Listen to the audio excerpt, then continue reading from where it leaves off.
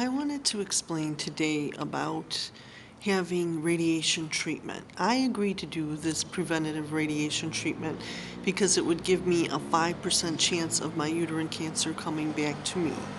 So the thing is that you go into this room and there are three men that are there. There's the doctor, there's the physicist, and there's the technician.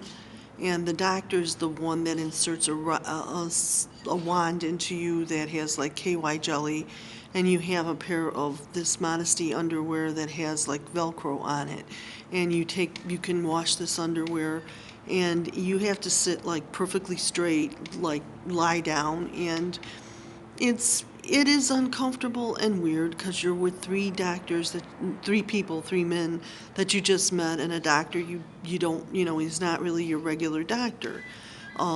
As nice as he is, it's a strange procedure, and like I said, you feel sort of like a robot. After you're done, you have to use a thing called a vaginal dilator, and it's like, why do I need a vaginal dilator? And it's internal radiation therapy may cause scar tissue to form on the top of your vagina cuff. This may make vaginal examinations difficult in the future.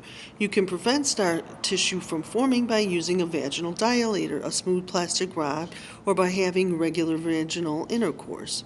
If you're not using a dilator, you should have vaginal intercourse 2 or 3 times a week. Otherwise, you should use your vaginal dilator.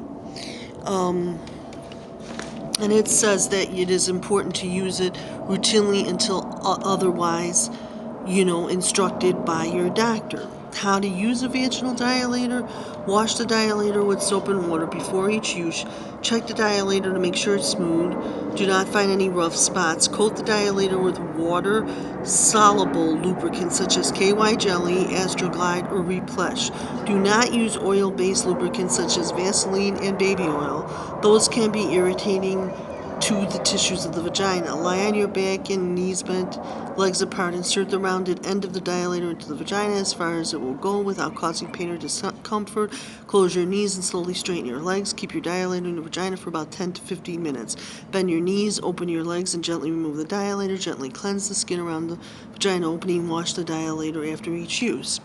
Okay, what the dilator, the one that I received, looks like is it's just a little dilator like this, and I called mine the little Dicky, and I was using it like, 3 times a week or whatever. It's not painful or whatever to use, but it is weird, and a nurse explains this all to you, and I think that people or women of a certain age that have hysterectomies may have used, vibrators, and so, you might be more used to it because you're a little older. But if a younger person had a hysterectomy, it might be really scary for them. Or if you have religious beliefs and you're not used to something like that, that can be your problem too. So as a friend, I'm trying to tell you about it, not trying to do a clinical report about it. I realize you have feelings.